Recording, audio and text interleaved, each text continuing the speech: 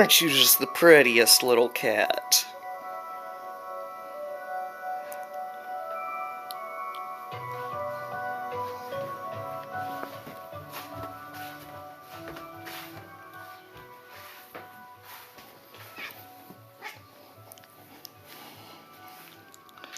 I think that she decided to get a little too intimate with these.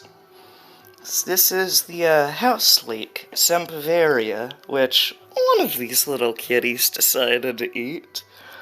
I checked, and it's non-toxic, so no problems there.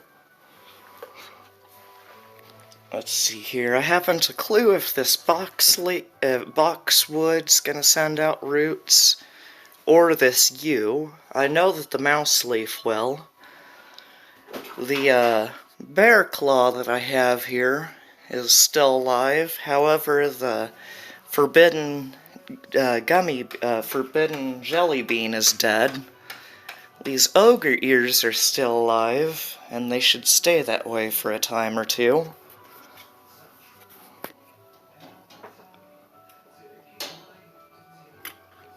And I will have success, so long as I stay on top of things.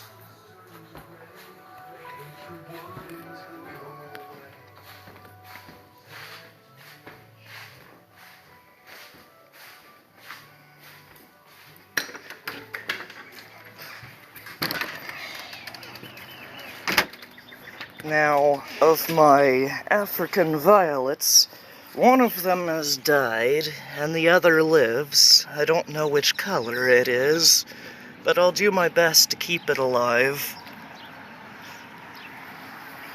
As for this rose that was here when I first moved in, the original cane which I left has shot forth new life, but to prove me wrong, its ancient root ball mass here has sent up a water shoot on the other side.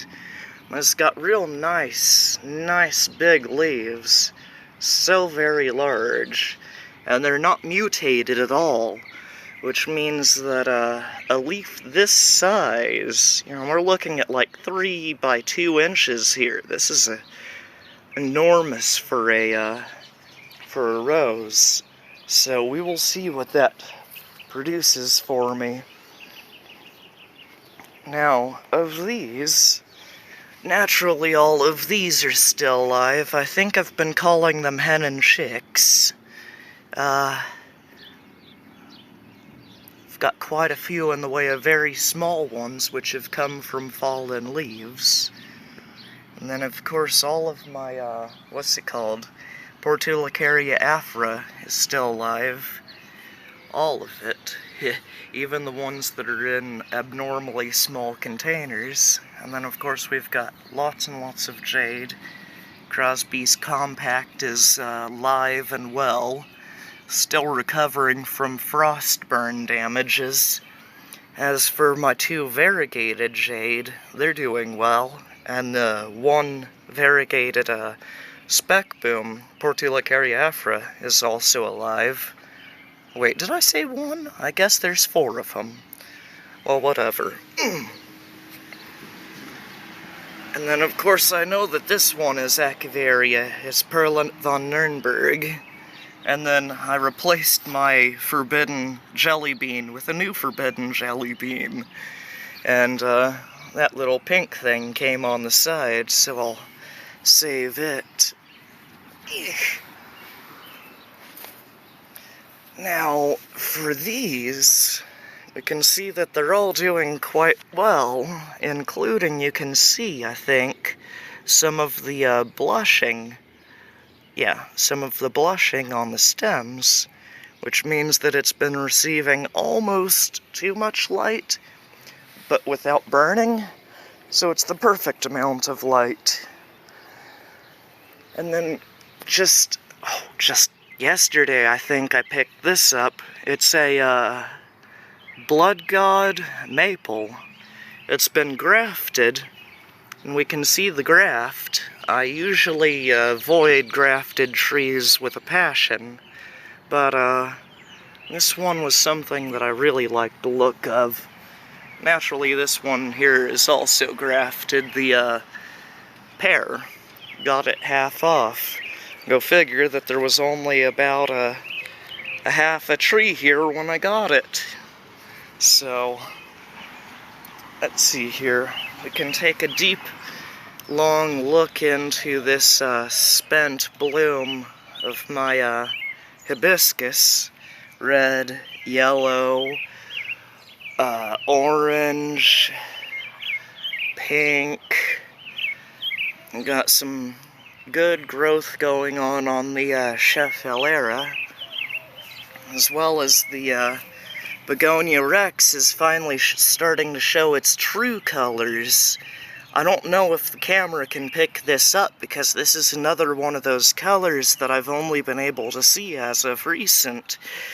What I see is a blackness that has a light behind it, and I see red and pink all over and spots on it, and I see a hidden deep burgundy inside of the blackness at the center.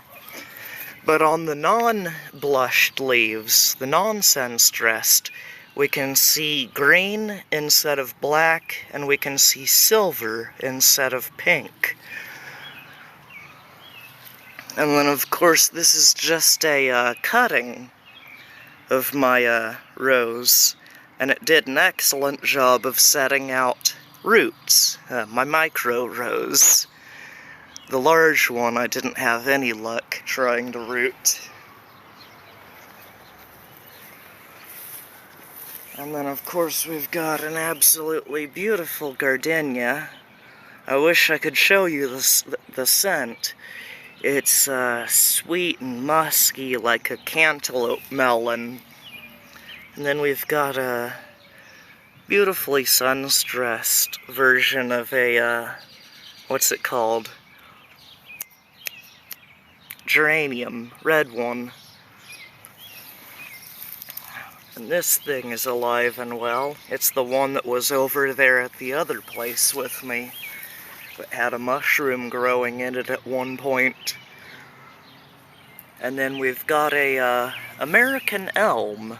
While they are susceptible to Dutch elm disease, I think this one might be resistant. I found it growing in the cracks by the side of the house. Yanked it up with an unkind fist because it was in the wrong location, and then rerooted it inside of a pot. So we'll see how it survives. Oh, and then we've got Gasteria, which is actually a shade succulent, alongside this key lime pie. I think it's also an Echeveria. It may be a Crasulaceae, but that's a higher classification. So it's kind of like saying that, yes, this orange and this apple are both fruits. Oh, and then we've got this. Isn't this just a lovely color?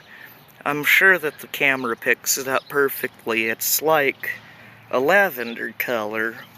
It reminds me a little of purple. Seems that there's been a spider in here.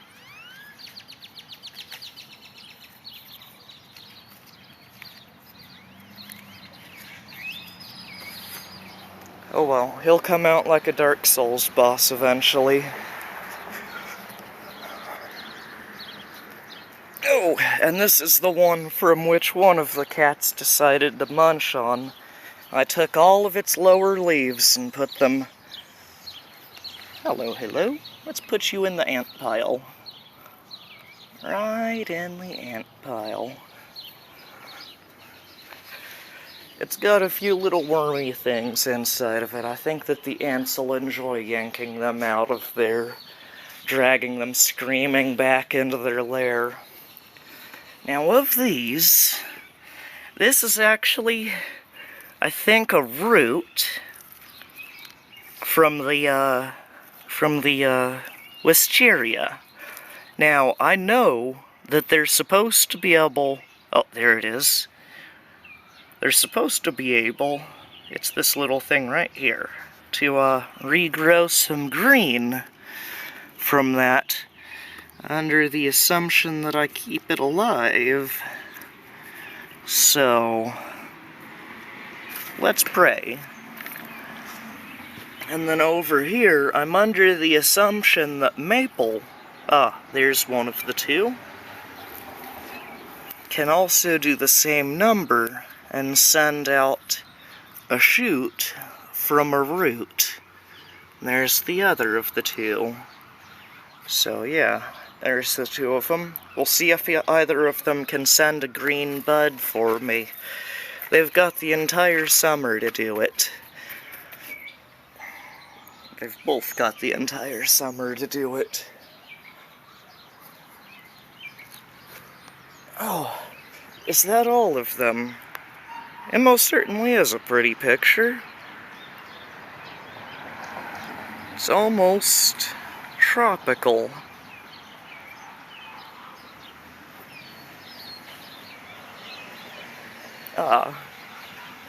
And then this, I guess you'd call it my propagation bin. It's that one aloe. I think this is a star aloe, I don't know. Definitely not aloe vera. Now, its root ball is actually right there on the bottom of the pot. And then it's just a bunch of dirt on top of the root ball. And then we've got a single leaf which fell off of my jade, which I've been protecting right here. It's green, which means it's alive, which means that it probably has sent at least a single root out, and should send out some green someday. And then we've got spec boom number 1 and 2 from the original planting through the winter, which I managed to keep alive. As well as this one here, which this one was so small when I put it in there that I thought that it was just going to dry up. And what's this?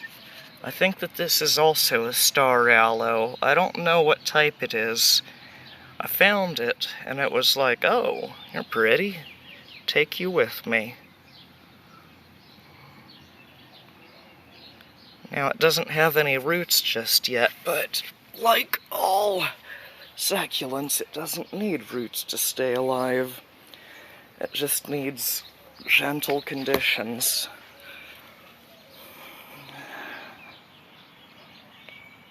Yeah, that seems to be all of it. It's a very green picture.